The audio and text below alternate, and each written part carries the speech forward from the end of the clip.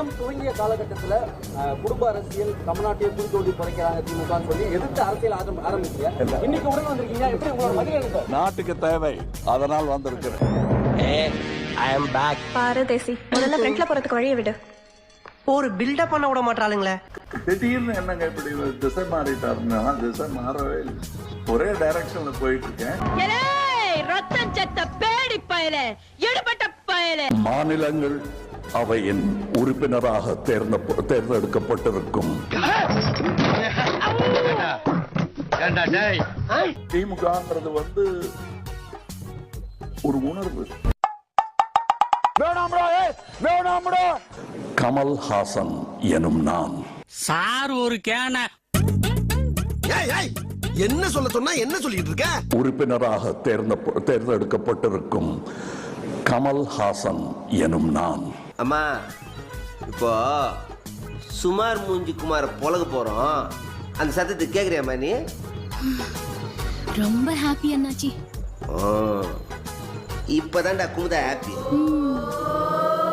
சட்டத்தினால் நிறுவப்பெற்றதான இந்திய அரசியல் சட்டத்தின் மீது என்ன மானங்கட்ட பொழப்பு, இந்த பொழப்புக்கு எங்கேயாவது தூக்கு போட்டு செத்து போயிடலாம். என்ன பொழப்பு? இனி தலை நிமிர்ந்து நிற்போம் என்ற குரலை சொல்லி இருக்கிறார் நம்முடைய முதல்வர். நீதான் இவனுக்கு ஆண்டவரா? பேண்டவராக்கிறடா. வர வேண்டும் அடுத்த முறையும் என்பது வெறும் ஆசை அல்ல, தேவை. இவர் பெரிய பாரதேசி நாய, உன்னை பத்தி தான் ஊருக்கே தெரியுமாடா. உயிரே உறவே தமிழ். அவர் ஒரு தற்கொலைன்னு எனக்கும் தெரியும். மனிதநேய விழா என்றால் அது எங்கு நடந்தாலும் இருக்க வேண்டியது தமிழனின் கடமை. நான் மிகவும் குழந்தை பருவத்திலிருந்து மதித்து அவர் சொற்களை பேசி பழகி வந்த அவரின் மைந்தரின். நீ எல்லாம் பிறந்ததே ஒரு சாபக்கியம். முடிஞ்சா இன்னைக்கே போய் செத்துரு, மறுபடியும் பிறந்து வா. அப்போவாது உனக்கு ஓலை ஒழுங்கா வருதான்னு பார்க்கலாம். இது முதல்வரை வாழ்த்தும் ஒரு எம்பியாக நான் நினைக்கவில்லை, அண்ணனை வாழ்த்தும் தம்பியாக நினைக்கிறேன்.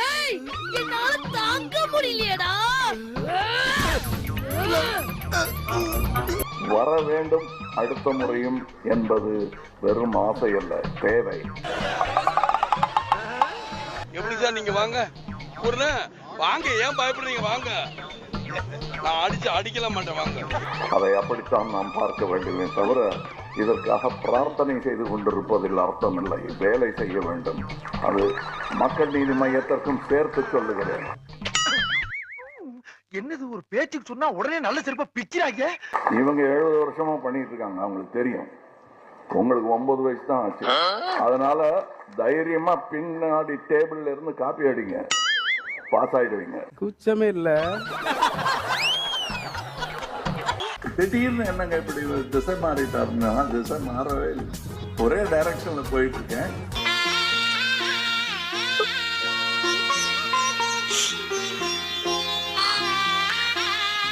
அந்த கலைஞரின் மகனாக இருக்கக்கூடிய நான் சொல்லுகிறேன், ஆன்டி இந்தியன்.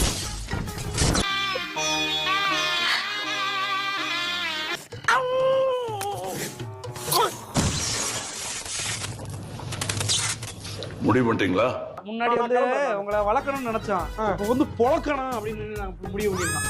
அதனால பொழந்துருவாங்க. குடும்ப அரசியல்ங்கிற பேர்ல நாட்டையே குழி தோண்டி புதைச்சாங்களே, அவங்களுக்கா?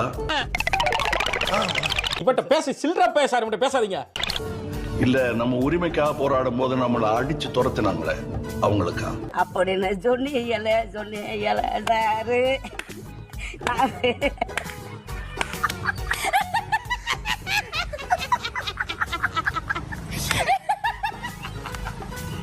இந்தியாவின் இறையாண்மையையும் ஒருமைப்பாட்டையும் உறுதியாக பற்றி நிற்பேன் என்றும். சந்திரன் ஒரு மானஸ் இருந்தா அவன் எங்கேன்னு தேடுற.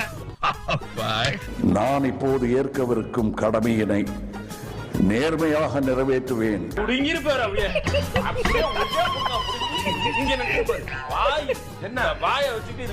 இந்த வேலைக்காகத்தான் எங்க வீட்டுல துணி துவைச்சு டாய்லெட் கிளீன் பண்ணிருக்காரு சார். நாய குளிப்பாட்டி பாவடை செஞ்சேன். எலெக்ஷன் முடியட்டும், உங்களுக்கு எல்லாம் திரைக்கதைக்கான பாடம் எடுக்கிறேன் நான். அப்ப புரியல, இப்ப புரியுது, இப்ப புரியுது. இது ஏதோ திடீர்னு இது அரசியல் இக்கட்டுக்காகவோ சூழலுக்காகவோ நான் சேர்ந்த இடம் அல்ல. இது பிறந்ததுல இருந்தே இப்படித்தானா? மூளை வளர்ச்சி குறைவா? இக்கட்டுக்காகவோ சூழலுக்காகவோ நான் சேர்ந்த இடம் அல்ல. சேர வேண்டிய இடம்தான். எங்கள் கொள்கைகள் எல்லாம் ஒரே மாதிரியானது. நீ ஒரு அண்ட புழுக, இவன் ஒரு ஆகாச புழுகன்னு எனக்கு தெரியும்டா. மாத்தி மாத்தி புழுவாதீங்க. இவங்க கூட சேர்றதா, நம்ம யாருன்னே தெரியாதவங்க கூட சேர்றதா? இவனுக்கு உண்மையிலே அறிவில்லையா இல்ல அறிவில்லாத மாதிரி நடிக்கிறானே தெரியல என்னாச்சு. ஆனா குமரா ஹாப்பியா நாச்சி. அவ்வளவுதாங்க. இல்ல பெரிய சிந்தனை அரசியல் அறிவு அவங்களுக்கு மட்டும் இருக்கிறதா நினைச்சிட்டு நமக்கு இல்லாத போல கவலைப்பட வேண்டாம். 1000 பேரை பார்த்திருக்கிறேன், ஆனா உன்ன மாதிரி ஒரு டுபாக் கூட நான் பார்த்ததே இல்ல. இங்கே ஓடி ஓடி உழைத்தவர்கள் அயர்ந்து உட்கார்ந்த இடம் தான் இந்த பதவி. ஏங்க தெரியாம தான் கேக்குறேன், இதெல்லாம் ஒரு பழப்பா? திமுகங்கிறது ஒரு உணர்வு. ஏய் வாய முன் ஏந்து போட, ஏதா அசிங்கமா பேசிட்டு போ. இதுதான் திராவிட மாடல். இந்த மாடல் நாடு பூரா நீங்க ஃபாலோ பண்ணீங்கன்னா நாடு நல்லா இருக்கும். இந்த மாடல் நாடு பூரா நீங்க ஃபாலோ பண்ணீங்கன்னா நாடு நல்லா இருக்கும். சோறு தானே திங்கிற?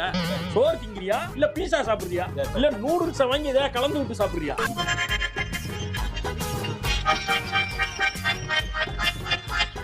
சும்மா கிண்டல் அடிக்காதீங்க திராவிட மாடல. நொட்டுவாங்க. இவனை புலந்தோம்னா நாட்டுல இவனை மாதிரி வரக்கூடிய எவனையும் வளர்த்து விட மாட்டான். அதானின்னு ஒருத்தர் இருக்காரு.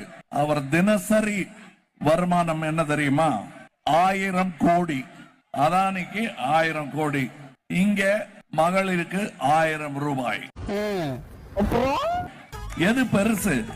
ஒரு ஆளுக்கு 1000 கோடி சேர்த்து வைக்கிறதா அல்ல அத்தனை மகளிருக்கும் இல்லத்தரசிகளுக்கும் 1000 ரூபாய் கொடுப்பதா? உனக்கு அறிவு இருக்கா?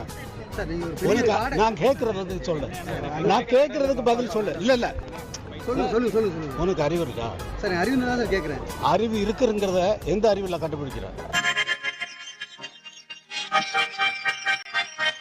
இப்படித்தானப்பா பொய்யா பேசிக்கே இருப்பேன். அதனாலதான் சொன்னேன், அது மதிமுக இல்ல, அது திமுக.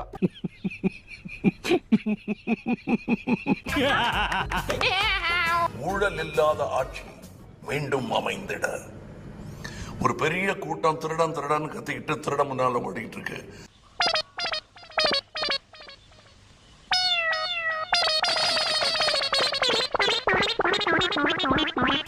முன்னாடி ஓடுற திருடனும் திருடன் கத்திட்டான்னு வச்சுங்க, கூட்டமே குழம்பி போயிடாது.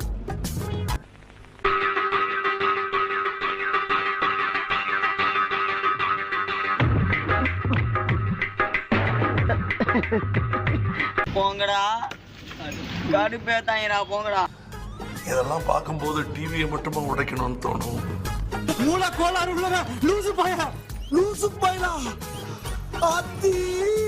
அதனால்தான் உதயசூரியன் சின்னம் என்று உறக்க கூவி கொண்டு வந்திருக்கிறேன். ஏய்யோ, உன்னையெல்லாம் ஒரு மனுஷன் மதிச்சு உன்னை மாதிரி 4 மாமன் இருந்தா போதும் நாடே நல்லா இருக்குன்னு சொல்லிக்கிறேன். முதுகுல குத்திட்டு இல்ல முதுகுல குத்திட்டு இல்ல.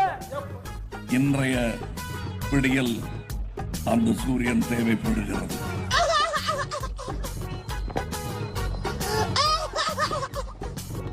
உனக்கெல்லாம் வெக்கமே இல்லையாடா? சோறு தானே திங்கிற. எனக்கு எரிச்சல் வருது. உன்னை நான் கெட்ட வாரத்துல திக்கி போடுறேன். அப்புறம் பெத்த அப்ப மன நிக்கிற ரத்தம் கொதிக்குது உன்னை பார்க்க போயிரு. ஆனால் அவர்களை விட சிறந்த அரசியல்வாதி நாங்கள் என்று காட்டும் நாள் வெகு தூரம் தொலைவில் இல்லை.